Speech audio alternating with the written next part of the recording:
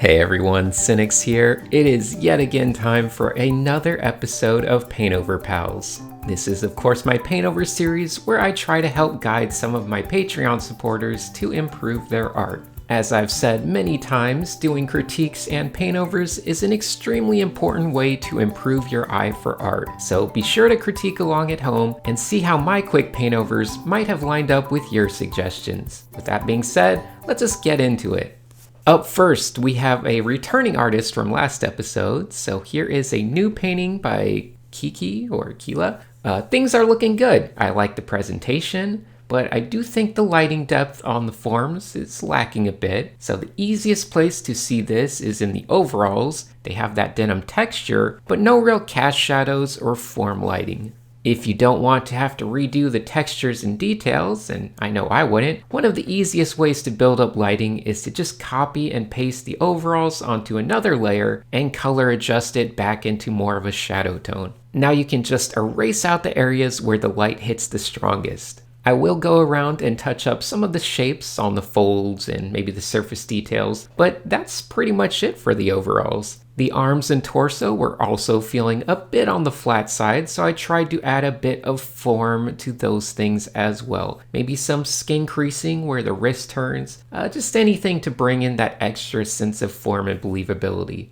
I honestly struggled a bit with trying to add anatomy while not getting too far away from the original style, so I'll probably just speed that up more. But anyway, the black tank top got hit with a bit of cool tones to show some light on that, and I tried to get the neck and collar to just have a touch more form and anatomy. But really, the second main thing I want to talk about is the face. I don't need to change much. The mouth and tongue were looking just a little bit flat, so I bumped up the ambient occlusion shadows as the tongue goes back into the mouth. But I think the biggest change you can make, and possibly the best tip I have for everyone watching right now, involves the teeth.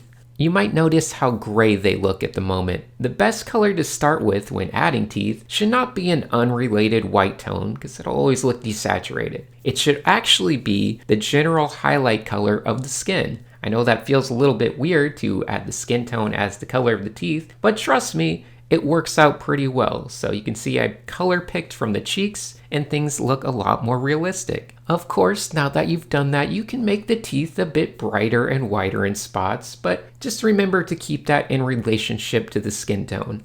The same thing goes for the whites of the eyes, and you've heard me talk about that a lot. But anyway, the last thing I want to do is really cram as much focal attention toward the face as I can. That means making deeper ambient shadows in the hair, as well as bringing some chunks of highlights into the hair that's around the face. Even just a bit of this will demand attention from the viewer, and that's what we want. So I didn't even get a chance to push the values back further on the top of the hair or everywhere, but you can just see how adding some of that effect around the face suddenly just makes the face draw all of the attention. So I personally like that improvement a lot. The next paint over we're going to attempt is for this image by Paul. I feel like Paul just wants me to finish his work in progress, as it's sitting somewhere between the state of line art and painting, but hey, we'll give it a shot. So first off, that head is feeling quite sizable, so I'm going to shrink it down a tad. And when I give this image the all-important squint test, it feels like all of the colors are extremely high key and the background is feeling quite literal with some of the color choices. And when I say quite literal, I'm referring to things like making the tree brown and the grass green and just kind of over the top literal interpretations of all the things that we might understand. So I'm just going to repaint it with some more subdued and hopefully realistic colors in all of those parts of the background.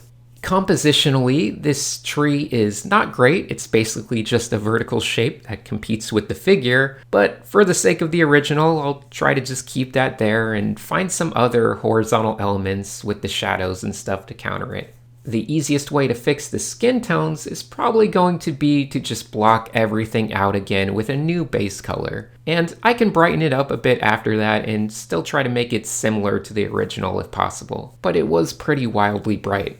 Anyway, at this point, the even sizing of the background shapes also felt a bit boring, so I just made those trees much more substantial and adjusted some of the value mapping of the whole background a bit. In an outdoor environment like this, I like bringing some blue reflected tones into darker hair colors, so I gave myself that, but I didn't give myself enough time to fully repaint a face from scratch. So I was just going to leave it like this, as an example of where to take the colors and values. But then I decided to quickly throw the face that you had back on there and just try to add some touch-ups. So some slight adjustments were required to the eyebrows in different forms of the face. But as time was definitely dragging out for this one, I'm just gonna have to call it here. So just remember in the future, as you get into painting, the hardest part is not letting your brain dictate the color choices based off preconceived notions of color. Alright, moving along to the next one, here is a painting by Stefan. The colors and everything seem to be on the right track, but as I squint my eyes, the sheer brightness of the left side of the image feels a bit overwhelming, almost dragging my eyes off the left of the page. Luckily, that character over there has a vest on because his white shirt is definitely getting lost in those bright values. I'm going to do a bit of surgery here and try to select out the background and just push it far back into bluish tones for now. Maybe balance it a bit with some warm tones on the right, and then bring back in that light from the left as something that's mostly just hitting the flat surfaces in the image. I think the next thing that really jumped out at me was the sheer number of evenly spaced folds all over their clothing. So it's good to play with folds, but you should try to find areas of density and areas of rest for the fabric. If it gets too evenly dense with folds, it gets a little bit overwhelming. So a bit of design theory on folds can certainly help out with the aesthetics. I spent a lot of time going all around the clothing, just taking out most of the folds while beefing them up in a couple key areas. And I started to run low on time at this point, but there was one last major thing I wanted to adjust, and that was the brightness of the faces. They felt a bit blown out by the light, so I thought pushing the values way back would feel much more like an old-timey setting. So mostly just getting a nice mid-tone to start with, and then just building up some of the facial planes. I also like redefining the hair with some simple chunky shapes, as I like to do. You just gotta make sure everything works on a super basic level before it gets too rendered. Overall, I feel good about the changes made to this image, so I hope that helps out. Next up is Eva, or maybe it's Iva, with this character design. It looks pretty good overall, but being a shape-obsessed person, I'm going to quickly start out by just really focusing on readjusting some shapes. So the hair shapes can be a tad chunkier. We don't want anything to feel like thin and conform to the silhouette when they're making shape designs. The hairline also needed a very minor adjustment. And of course, it never hurts to bump up the level of hue variation in the skin tones. Also, I just wanted to try changing the lining of the jacket. It felt a bit strange to have it the same color as the hoodie, so I just took the color from the shoes and brought that up into the lining. Anyway, I feel like the main thing I want to experiment with and focus on overall here is probably going to be more about the silhouette read. So silhouette is extremely important for any design. The more distinguishable, the better. I usually feel like it's fun to stress test a design by taking the key shape elements and exaggerating them way more. So this big chunky jacket can become even bigger. The skirted part where the legs come out can be pushed to stronger extremes as well. Basically just stylizing all of the key ins and outs of the silhouette read. I'm also going to be shifting some of the proportions of those things just a bit, trying to get a slightly clearer sense of shape hierarchy. Overall, you could probably debate a bit whether you like these shape changes or not, but one thing I would still recommend regardless is simplifying some of the folds in the clothes. Similar to that last paint over, they feel a hint on the chaotic side. Not too bad really, but maybe just one or two key edits can feel a little more controlled for the viewer. Alright, the before and after is okay, so I'll keep moving things along. Here is a comic style looking illustration by Tokuchi. That's an aggressively dynamic angle for sure, and the general balance of warm and cool tones is good, so I like that stuff. The big critique I think I have for this one would mostly have to do with anatomy and maybe a bit of silhouette and shape stuff mixed in there as well. When I try to redline things, the neck just feels super long when you line it up with the torso, and I'm fairly certain their right hand is on backwards. At least it looks like the thumb is on the far side, but don't worry, we've all done that before. I'm going to start this operation by just shifting the head down a lot closer to the torso and trying to liquefy some of the shapes to really make it feel like things are getting smaller as we get further from camera.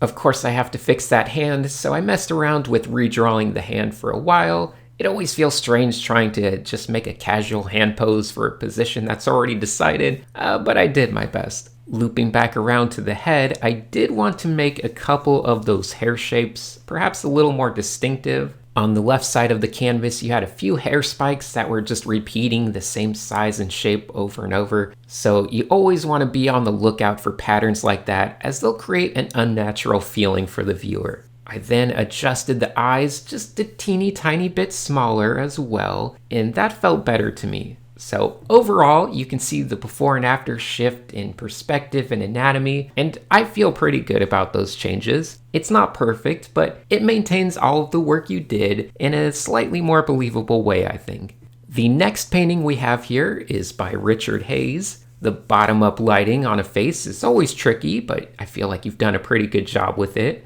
Some minor issues do jump out to me just a little bit. The flower certainly blends into the brightness of the values behind it a bit, and some of those various highlights around the image feel a bit too white and desaturated. And finally, I feel like the bright spot of sky above the head might be demanding a bit too much attention. I'm actually going to start with the hand though. It feels a bit blurry, and since we know the focal length is based on the face in this painting, the hand is at a similar enough distance to feel equally in focus, while the grass in front of it should feel very out of focus. After adjusting that, I want to adjust the background more, so potentially adding some branches to the trees, as well as redoing the opening at the top to feel more deliberate. I still want to feel the glow of the moon back there, but just not in a way that might lead the eye off the page. At this point, I did adjust some small things in the face and hairline, but I mostly just want the highlights in the hair to feel like they have a bit more color in them. So past that, the other main thing is of course making the flower read, and I'll be honest, I really struggled with that. I tried a couple different approaches, but the light source aspect of it just makes it very hard to read against that white collar of her clothing. As I was running low on time, I decided to photo bash in a real flower and just take it back closer to how it was originally, with maybe a tiny bit more readability. I really do wish I could have thought of a better solution, but I don't know, some floating petals seem to help sell it as a flower a little bit. But as I wrap up this paint over, the last thing I noticed was how desaturated the crevices between the lips were, so I tried to just crank up the saturation in there. I didn't achieve all my goals perfectly, but I do think these changes definitely helped. Alright, we have 2 more paint overs we're going to go through. So first, here's an illustration by Katie. They also asked for tips on making certain surfaces look more metallic. So once again, I'll try a quick side-by-side for this one. And I'll be honest, it always feels the trickiest to do paint overs on images that are a bit more line art based. But regardless, metal surfaces, which you asked about, are all about contrast and value range. In some ways, you can just take all of the values and colors of the surrounding areas and just band them across the metal areas. Don't be afraid to get a bit wild with them and experiment around with different approaches until you find the one that works for you. I tried it a bit in the sword as well, but wasn't quite having great success there. So looking for other things to focus on, I think just building up the form shadows and ambient occlusion is always an option. But one thing that this feels a little bit flat with is potentially the details of the clothing. So it doesn't have to be patterns like I might have made, but definitely hems and stitching on clothing can really go a long way in adding personality. Fasteners and connecting points are also very good. So I personally did explore some different textile patterns, and generally it's a good idea, but I don't think the pattern I added to the top worked out that well. Anyway, some combination of all of these things feels like the best way to potentially take things one step further. Okay, the last one I have today is this long overdue painting by Chosen One. It certainly feels ambitious, so I'll see what I can do. I think the compositional posing of the character feels a bit awkward. They're forming this L shape that just lines up with the canvas a bit too perfectly. I'm going to have to get a bit surgical again with this one and try to cut out the figure and maybe twist it a little bit to feel more natural in the composition. The saturation levels overall also felt very extreme, so I'll just dial those back, and that will potentially give me room to pop out different colors in the future, especially if you really wanted to. I also noticed that the statues in the background have faces that are fairly in line with the face of the character, and you should know that faces, even statue faces, draw a lot of subconscious attention from the viewer. So you gotta be careful with how these things line up. I think raising them up to a higher level will help the character's face not feel like it has to compete as much. Alright, let's see, what else? Well, this character's butt crack is certainly reaching Overwatch levels of depth, so I think drawing less attention to that might feel more realistic, especially lighting-wise. And speaking of lighting, I tried to also bring the face more into focus by bringing in those harsh rim lights on the hair.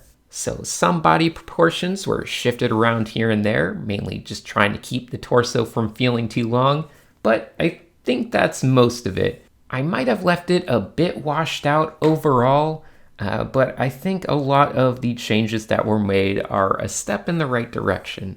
Alright, we've done it. We've made it to the end of another episode of Paint Over Pals. Did your critiques line up with mine? Did you notice any easy fixes that I might have missed? At the very least, hopefully you learned something new. So let's all keep working to be more observant artists, and I want to thank each and every one of you for watching this video. Viewer support means a lot to me, and on the subject of support, I do have to give the biggest thank you to all of the wonderful Patreon supporters. Not only did they submit art to this video, but they keep this channel going strong. Alright, well, see ya everyone.